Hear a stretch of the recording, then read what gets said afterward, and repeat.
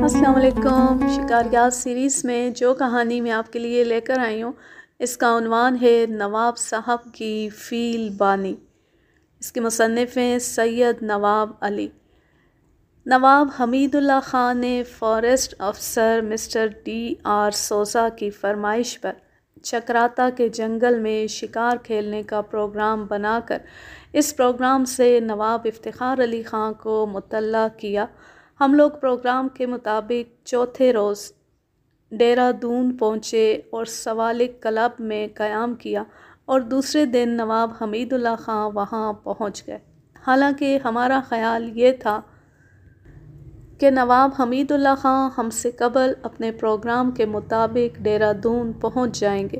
نواب حمید اللہ خان کی زبانی معلوم ہوا کہ وہ ایک اہم کام کے باعث بھوپال سے ایک دن لیٹ چلے تھے۔ ڈیرہ دون سے چکراتا 40 میل کے فاصلے پر واقع ہے، جہاں فارسٹ ڈویژنل آفس ہے، جس میں مسٹر DR سوزا بحیثیت فارسٹ افسر متعین تھے۔ مسٹر سوزا انگریز ہونے کے باوجود بہترین اردو بولتے تھے۔ ہم جب چکراتا پہنچے تو وہاں پہنچ کر ہمیں فارسٹ آفس کے ملازمین نے بتایا کہ مسٹر سوزا آپ لوگوں کے استقبال کے لیے کل صبح ڈیرہ دون جا چکے۔ یہ سن کر ہم پریشان ہو گئے، لیکن ملازمین نے ہمیں فوراً ان کمروں میں پہنچا دیا جہاں ہمارے قیام کا انتظام کیا گیا تھا۔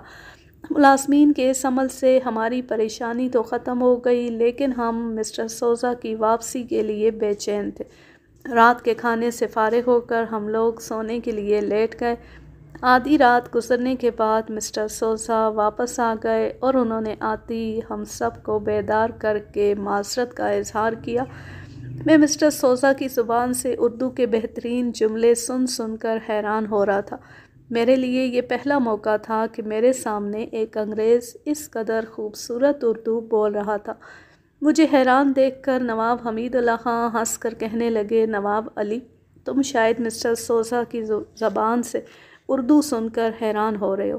تمہیں معلوم ہونا چاہیے کہ مسٹر سوزا کو اردو کے 2000 اشعار یاد ہیں۔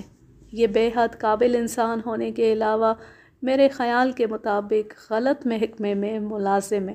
انہیں تو کسی یونیورسٹی میں ہونا چاہیے تھا۔ یہ سن کر مسٹر سوزا زور زور سے ہنسنے لگے اور بولے، نواب صاحب کیوں ہمارا مذاق بناتے ہو؟ یہ جملہ سن کر سب لوگ ہنسنے لگے۔ اس کے بعد شکار کا پروگرام بنایا گیا اور سب ایک بار پھر سونے کے لیے لیٹ گئے۔ چکراتا کا علاقہ چونکہ سطح سمندر سے 7000 فٹ بلندی پر واقع ہے، اس لیے وہاں خاصی زیادہ سردی ہوتی ہے۔ آبادی کے چاروں طرف پہاڑیاں برف جم جانے کے باعث سفید اور چمکدار دکھائی دیتی ہیں۔ خاص طور پر صبح کو آفتاب کے طلوع ہونے کے وقت پہاڑیوں کی چمک میں اس قدر اضافہ ہو جاتا ہے کہ ان کی طرف نظر کرنی بھی مشکل ہو جاتی ہے، اور شام کے مناظر دیکھنے کے لیے ہم اپنے کمروں سے باہر نکل جاتے تھے۔ مسٹر سوزا نے ڈیرہ دون سے شکار کے لیے ہاتھی منگوائے تھے۔ ہاتھی نہ آنے کی وجہ سے ہم جنگل کی طرف نہیں جا سکے تھے، چونکہ مسٹر سوزا ہمیں پیدل بھیجنے پر بالکل تیار نہ تھے۔ 3 دن اسی طرح سیر و تفریح میں گزر گئے۔ چوتھے دن ایک ہاتھی آیا جسے دیکھ کر مسٹر سوزا مشتعل ہو گئے اور انہوں نے ناراض ہو کر آنے والے ہاتھی کو واپس لے جانے کی سختی سے ہدایت کر دی، لیکن نواب حمید اللہ خان کے سمجھانے بجھانے سے وہ بڑی مشکل سے راضی ہوئے۔ دوسرے دن ہم لوگ ہاتھی پر سوار ہو کر جنگل کی طرف روانہ ہو گئے۔ ہاتھی اس قدر شریر تھا کہ اس کے ہودے پر بیٹھنا دشوار ہو رہا تھا۔ وہ اس طرح مٹک مٹک کر چل رہا تھا کہ اس کا ہودہ کبھی ایک طرف تو کبھی دوسری طرف جھک جاتا تھا، جس کی وجہ سے ہم لوگ جم کر نہیں بیٹھ پا رہے تھے۔ آخر مجبور ہو کر نواب حمید اللہ خان نے فیل باند سے کہا کہ تم ہاتھی کو کس طرح چلا رہے ہو؟ بھلا ایسی چال میں ہم کسی درندے پر نشانہ کیسے باندھ سکیں گے؟ اگر ہاتھی کا چلانا تمہارے بس کا نہیں ہے تو تم ہودے پر آ جاؤ، میں خود اسے چلا لوں گا۔ فیل بان نے نواب صاحب کو حیرت سے دیکھتے ہوئے کہا، صاحب جی، یہ گھوڑا یا بیل نہیں ہے جسے ہر شخص چلا لیتا ہے، یہ ہاتھی ہے۔ اسے قابو میں رکھنا ہر شخص کے بس کا کام نہیں ہے۔ اتنا سننا تھا کہ نواب حمید اللہ خان بری طرح مشتعل ہو گئے اور وہ تیزی سے آگے بڑھے اور فیل بان کو دھکا دے کر ہاتھی سے نیچے گرا دیا اور خود ہاتھی کو قابو میں کر لیا۔ ہمارے لیے یہ پہلا موقع تھا کہ نواب حمید اللہ خان کو اشتعال کے عالم میں دیکھ رہے تھے۔ چند منٹ بعد ہاتھی ٹھیک طریقے سے چلنے لگا۔ ہم سب حیرت زدہ ہو کر رہ گئے۔ فیل بان نواب صاحب کے سامنے ہاتھ جوڑ کر کھڑا ہو گیا اور کہنے لگا، صاحب جی، آج میں اس بات کا قائل ہو گیا ہوں کہ شاہوں کے سر پر خدا کی رحمت کا مخصوص سایہ ہوتا ہے۔ اس کے بعد نواب صاحب نے فیل بان کو دوبارہ ہاتھی پر سوار ہونے کی اجازت دے دی اور ہم گھنے جنگل سے گزرنے لگے۔ چیڑ، سال، بھوج، دیودار اور مورنگا کے بڑے بڑے درختوں کے درمیان سے ہاتھی کا گزرنا مشکل ہو رہا تھا، لیکن فیل بان اپنی ہوشیاری سے کسی رکاوٹ کو خاطر میں نہیں لا رہا تھا۔ ہم جنگل پار کر کے ایک انتہائی خوبصورت پہاڑی کے سامنے پہنچ گئے۔ پہاڑی کیا تھی، وہ ایسی دکھائی دے رہی تھی کہ جیسے کسی نے زرد پھولوں کا ایک گلدستہ بنا کر رکھ دیا ہو۔ جنگلی پھولوں کی مہک ہوا کے ساتھ آ رہی تھی۔ نواب صاحب کی ہدایت کے مطابق کچھ دیر ہاتھی کو وہاں کھڑا رکھا گیا تاکہ پہاڑی کے دل فریب مناظر سے پوری طرح لطف اندوز ہوا جا سکے۔ پہاڑی پر کھلے ہوئے ہر طرف زرد زرد پھول ہوا سے ہلتے تو ایک سما بن جاتا اور دل خوشی اور ایک خاص قسم کی کیفیت محسوس کرتا۔ کچھ دیر کے بعد مسٹر سوزا کہنے لگے، اگر آپ لوگ پسند کریں تو آج میں آپ کو ہزاروں برس پرانا ایک مندر بھی دکھا دوں، جس کے نقش و نگار ہزاروں برس گزر جانے کے باوجود آج بھی بالکل نئے دکھائی دیتے ہیں۔ یہ کالی کا مندر کہلاتا ہے۔ مندر کو دیکھ کر یہ اندازہ ہوتا ہے کہ کبھی یہ علاقہ بھی آباد ہوگا، حالانکہ اب آبادی کے آثار تک باقی نہیں رہے ہیں۔ نواب حمید اللہ خان کی اجازت سے ہاتھی کو آگے بڑھایا گیا۔ پہاڑی کا چکر کاٹنے کے بعد ہم لوگ مندر کے سامنے پہنچ گئے۔ مندر کو دیکھ کر مسٹر سوزا کے کہنے کا یقین آ گیا۔ مندر کی دیواریں اور اس کے صدر دروازے کے نقش و نگار دیکھ کر ہم سب حیرت زدہ رہ گئے۔ مندر کی تعمیر میں مختلف رنگ کے پتھر استعمال کیے گئے تھے۔ خاص طور پر پتھروں کو کاٹ کر جو مورتیاں تراشی گئی تھیں، انہیں دیکھ کر سنگ تراشی کے فن کا اندازہ ہو رہا تھا۔ مندر تک پہنچنے کے لیے بڑے بڑے پتھروں سے راستہ بنایا گیا تھا، جسے دیکھ کر سب کو تعجب ہو رہا تھا کہ اتنے بڑے بڑے پتھر کہاں سے اور کس طرح لائے گئے ہوں گے، چونکہ اس زمانے میں آج کل کی سی مشینیں نہیں تھیں۔ ہم لوگ مندر دیکھ کر واپس آ رہے تھے کہ پہاڑی پر ایک پاڑا انتہائی پریشانی کے عالم میں بھاگتا ہوا دکھائی دیا۔ میں نے پاڑے کو دیکھتی ہی فیل بان کو ہدایت کی کہ وہ پہاڑی کے پاس پہنچ کر رک جائے۔ جیسے ہی ہاتھی پہاڑی کے قریب پہنچا، میں تیزی سے نیچے اتر گیا اور میں نے نواب صاحب سے کہا کہ آپ حضرات فائر کرنے کے لیے تیار ہو جائیں۔ میں پہاڑی پر چڑھ کر شیر کو دیکھتا ہوں۔ مجھے یقین ہے کہ شیر کہیں آس پاس موجود ہے۔ اتنا کہہ کر میں نے پوری احتیاط کے ساتھ پہاڑی پر چڑھنا شروع کر دیا۔ ابھی میں مشکل سے 200 فٹ اوپر پہنچا تھا کہ اچانک پاڑا میری طرف دوڑتا بڑھا اور گھبرا کر میرے پاس سے گزر گیا۔ پاڑے کو اس قدر قریب سے دیکھنے کے باوجود اس پر فائر نہ کرنا شکاری کی فطرت کے خلاف تھا، لیکن میں نے دل پر جبر کر کے پاڑے کو فرار کا موقع دے دیا۔ پاڑے کے جانے کے بعد مجھے یقین ہو گیا کہ شیر یقینی طور پر پہاڑی کے اوپر کہیں چھپا ہوا ہے۔ میں نے آہستہ آہستہ اوپر چڑھنا شروع کیا۔ میری بائیں جانب بہت ہی گہری کھائی تھی جس میں ہری ہری گھاس لہرا رہی تھی۔ میں نے سب سے پہلے اس گھاس کا اچھی طرح جائزہ لیا، چونکہ میرا خیال یہ تھا کہ شیر اسی گھاس میں کہیں چھپا ہوا ہے، لیکن میں اس وقت یہ دیکھ کر حیران رہ گیا کہ کھائی کے اوپر کی گگر میں، جو مشکل سے 2 انچ چوڑی ہوگی، ایک بیل لٹکا ہوا ہے جس کے جسم کا جگہ جگہ سے گوشت غائب ہے۔ میں نے یہ منظر دیکھ کر نواب صاحبان کو اشارہ کر کے اوپر بلا لیا اور بیل کے لٹکنے کا منظر دکھایا۔ نواب افتخار علی خان بیل کو دیکھنے کے بعد کہنے لگے، نواب علی، جس شیر نے بیل کو ہلاک کیا ہے وہ بہت ہی طاقتور ہے۔ بیل کو اس نے جس خوبی اور طاقت کے ساتھ کھائی سے اوپر لانے کی کوشش کی ہے، اس سے اس کی طاقت کا اندازہ ہو رہا ہے۔ اتنے بھاری بھرکم بیل کو اس قدر نیچے سے اٹھا کر اتنے اوپر لانا آسان کام نہیں ہے۔ میرا خیال یہ ہے کہ بیل شیر کے خوف سے دوڑا ہوگا اور گھبراہٹ کے عالم میں وہ یہ بھی نہ دیکھ سکا ہوگا کہ میرا اگلا قدم مجھے کھائی میں گرنے پر مجبور کر دے گا۔ اس کے بعد شیر بڑے اطمینان سے نیچے پہنچا ہوگا اور اس نے پہلے بیل کا کہیں کہیں سے گوشت کھا کر اسے اوپر لے جانے کی کوشش کی ہوگی۔ اس کا صاف مطلب یہ ہے کہ شیر کہیں آس پاس چھپا ہوا ہے۔ ہمیں پوری احتیاط سے یہاں کھڑا ہونا چاہیے۔ کھائی گگر میں بیل کا صرف ایک سینگ اٹکا ہوا تھا جس کے سہارے بیل کا پورا جسم جھول رہا تھا۔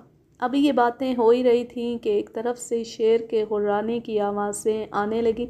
ہم لوگ بغیر کسی پروگرام کے جس طرف منہ اٹھا دوڑ پڑے اور جسے جس درخت پر جگہ ملی وہ اس پر چڑھ کر بیٹھ گیا۔ ہر شخص اپنی جان بچانے کی فکر میں مبتلا تھا۔ مسٹر سوزا بے حد گھبرائے ہوئے تھے۔ بدقسمتی سے وہ اسی درخت پر چڑھے تھے جس پر میں تھا۔ مسٹر سوزا کا پورا جسم بری طرح کانپ رہا تھا۔ خوف کے مارے ان کی آنکھیں بند ہوئی جا رہی تھیں۔ میں نے انہیں تسلی دینے پر بالکل توجہ نہ دی چونکہ میری نظریں شیر کی آمد کی سمت میں لگی ہوئی تھیں۔ شیر کی خراہٹ آہستہ آہستہ تیز ہوتی جا رہی تھی جس سے اندازہ ہو رہا تھا کہ اس نے ہم سب کو دیکھ لیا ہے اور وہ اپنے شکار کے کھانے میں کسی کا مخل ہونا برداشت نہ کرتے ہوئے بے حد غصے میں بھرا ہوا ہے۔ شیر کی سمت کا اندازہ تو اس کی آواز سے ہو گیا تھا لیکن ابھی تک ہم میں سے کسی کو بھی وہ دکھائی نہیں دے رہا تھا۔ کچھ دیر بعد تک تو شیر کے غرانے کی آواز آتی رہی اور پھر اچانک شیر خاموش ہو گیا۔ ہمارا خیال یہ تھا کہ شیر ہمیں دھوکہ دینا چاہتا ہے تاکہ ہم لوگ اس کی آمد سے نا امید ہو کر واپس چلے جائیں اور پھر وہ مزے سے اپنے شکار کا گوشت کھا سکے۔ لیکن ہم بھی کچے شکاری نہیں تھے۔ ہم نے بھی واپس نہ ہونے کی جیسے قسم کھا لی تھی۔ دوپہر سے شام اور شام سے رات ہو گئی لیکن ہم درختوں پر بیٹھے شیر کی آمد کا انتظار کرتے رہے۔ جنگل میں جیسے جیسے اندھیرا چھاتا جا رہا تھا مسٹر سوزا کی حالت غیر ہوتی جا رہی تھی۔ وہ دبے دبے الفاظ میں مجھے شیر کی واپسی سے نا امید کر دینے کی کوشش کر رہے تھے لیکن یہ ناسمجھ آدمی یہ بھول رہا تھا کہ ہم دوسروں کے خوف کے باعث اپنے اصل مقصد کو نظر انداز نہیں کیا کرتے۔ رات بے حد اندھیری تھی۔ ہم میں سے کسی کو کچھ دکھائی نہیں دے رہا تھا۔ مسٹر سوزا اوپر سے اتر کر میرے بالکل قریب کی شاخ پر آ بیٹھے۔ وہ شاخ ہاتھ سے پکڑتے تو ان کے لرزنے کی وجہ سے شاخ کے پتے آپس میں ٹکرا کر آواز پیدا کرتے جو ہم سب کے لیے خطرے کا باعث تھی۔ میں نے ان سے چپکے سے کہا کہ آپ تو میرے بالکل قریب آ بیٹھے پھر کاہے کو اس قدر خوفزدہ ہو رہے ہیں؟ اگر موت آئے گی تو پہلے میں مروں گا، آپ کا بعد میں نمبر آئے گا۔ آپ برائے کرم شاخ کا سہارا لینے کے بجائے درخت کے تنے کو دونوں ہاتھوں سے پکڑ لیں چونکہ پتوں کی کھڑکھڑاہٹ سن کر شیر اس طرف ہرگز نہیں آئے گا۔ مسٹر سوزا نے جیسے ہی تنے پر ہاتھ جمائے اچانک ان کی چیخ نکل گئی۔ میں نے چونک کر ان کی طرف دیکھ کر کہا، ارے یہ کیا غضب کر دیا، اس قدر زور سے چیخنے کی کیا ضرورت پیش آ گئی؟ آپ نے بنا بنایا کھیل ہی خراب کر دیا۔ مسٹر سوزا بھرائی ہوئی آواز میں بولے، سید صاحب، درخت کے تنے پر ہزاروں چیونٹے بیٹھے جن پر ہاتھ رکھتی ہی چیونٹے میرے دونوں ہاتھوں پر چمٹ گئے جنہیں ہٹانے کی کوشش کر رہا ہوں۔ کمبخت اس قدر زور زور سے کاٹ رہے ہیں کہ جس کی تکلیف میرے لیے ناقابل برداشت ہے۔ مجھے اس وقت اپنی غلطی کا شدت سے احساس ہوا کہ ہمیں مسٹر سوزا کو اپنے ساتھ نہیں لانا چاہیے تھا۔ انہوں نے تو ہمارے پروگرام کو تباہ کر کے رکھ دیا۔ میں نے بمشکل تمام ان کے ہاتھوں اور باہوں میں چمٹے ہوئے چیونٹوں کو نوچ نوچ کر نیچے پھینکا، تب کہیں جا کر مسٹر سوزا سکون سے بیٹھے۔ پوری رات ہم نے شیر کی واپسی کا انتظار کیا اور سورج کی پہلی کرن پھوٹتی ہم لوگ درختوں سے نیچے اتر آئے۔ لیکن جب ہم کھائی پر پہنچے تو وہاں سے بیل کو غائب پا کر حیران رہ گئے۔ اس کا صاف مطلب یہ تھا کہ شیر اندھیرے سے فائدہ اٹھا کر چپکے سے اپنے شکار کو اٹھا کر لے گیا اور ہمیں اس کے لے جانے کی ذرا سی بھی آہٹ محسوس نہیں ہوئی۔ ہم سب کو اس واقعے پر افسوس ہوا، لیکن کسی کے کیا بس کی بات تھی۔ میں راستے بھر دل ہی دل میں مسٹر سوزا کو برا بھلا کہتا رہا۔ مجھے ان حضرت کی بے وقوفیوں پر سخت غصہ تھا۔ ہم لوگ جب اپنی قیام گاہ پر پہنچے تو فارسٹ آفس کے ایک ملازم نے بتایا وہ کچھ ہی دیر پہلے گھوڑے پر سوار ہو کر سامنے والے جنگل میں درختوں پر نمبر لگانے گیا تھا، جہاں میں نے مشکل سے 10-12 درختوں پر نمبر ڈالے تھے کہ میں نے دیکھا کہ ایک شیر سفید رنگ کے ایک بہت بڑے بیل کو منہ میں دبائے اسے کھینچتا ہوا میری طرف آ رہا ہے۔ میں شیر کو دیکھتی ہی وہاں سے بھاگ آیا۔ میرے گھوڑے نے بھی شیر کو شاید دیکھ لیا تھا۔ وہ اس قدر تیزی کے ساتھ وہاں سے بھاگا کہ مجھ سے پہلے آفس کے سامنے پہنچ گیا۔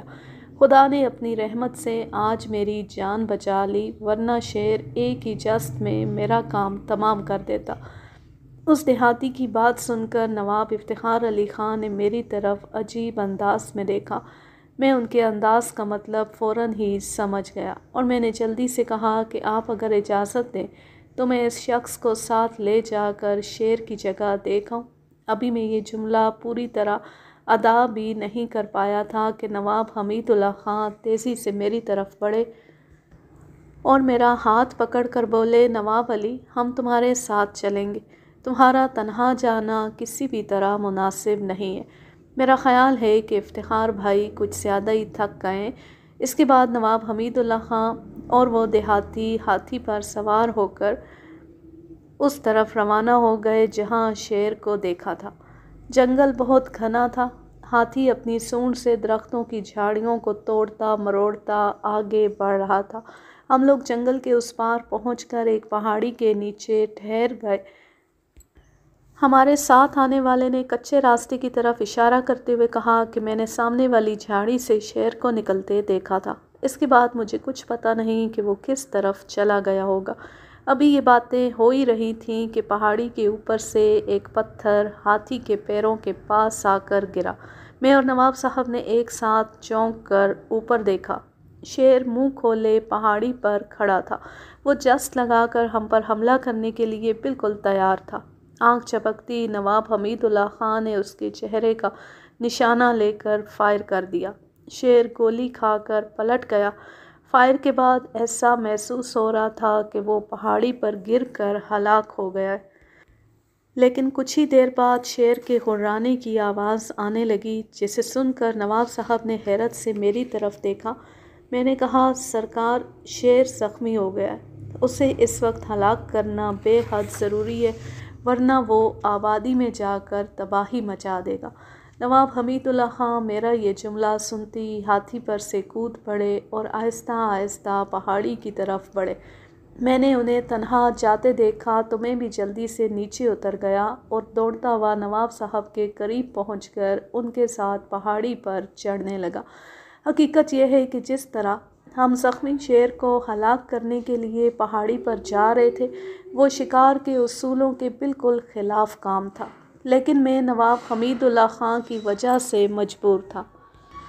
ابھی ہم نے پہاڑی کے چڑھاؤ کا نصف حصہ بھی طے نہیں کیا تھا کہ ہم نے دیکھا کہ شیر منہ جھکائے دوسری طرف جہاں ہاتھی کھڑا تھا پچھلے پنجوں کے سہارے بیٹھا ہوا ہے۔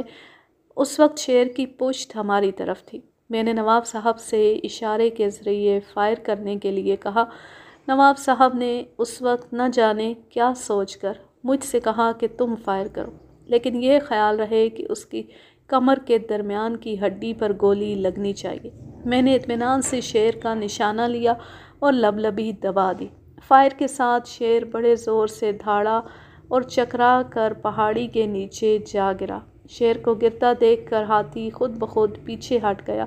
شیر شاید پوری طرح ٹھنڈا نہیں ہوا تھا، اس لیے ہاتھی نے اپنی سونڈ بڑھا کر اسے اپنے سر سے اونچا اٹھا کر زمین پر پٹخ دیا۔ شیر نے ایک جھٹکے کے ساتھ سانس لیا اور اس کا جسم ایک سیکنڈ کے لیے بڑی زور سے کانپا اور بے جان ہو کر ٹھنڈا ہو گیا۔ شیر کے ہلاک ہونے کے بعد فیل بان نیچے آ گیا اور پھر ہم سب نے مل کر شیر کو ہاتھی پر رکھنے کی کوشش شروع کر دی، اور جب ہم اوپر پہنچے تو ہمارے ساتھ آیا ہوا دیہاتی بے ہوش پڑا تھا۔ بمشکل تمام اسے ہوش میں لایا گیا۔ اس کے بعد ہم آبادی میں واپس آ گئے۔ نواب افتخار علی خان، مسٹر سوزا اور فاریسٹ آفس کے سارے ملازمین شیر کو دیکھنے کے لیے جمع ہو گئے۔ 2 دن مزید قیام کے بعد ہم لوگ چکراتا سے مالیر کوٹلہ واپس آ گئے اور نواب حمید اللہ خان شیر کی کھال ساتھ لے کر بھوپال چلے گئے۔ اس کہانی کا ماخذ ہے آدم خور انسان، راوی ہیں سید نواب علی، تحریر ہے قمر نقوی امروہوی کی، سن 1984۔ اب میں لیتی ہوں آپ سے اجازت، جہاں رہیں خوش رہیں، شاد و آباد رہیں، ہنستے مسکراتے رہیں۔ اللہ حافظ، اللہ نگہبان۔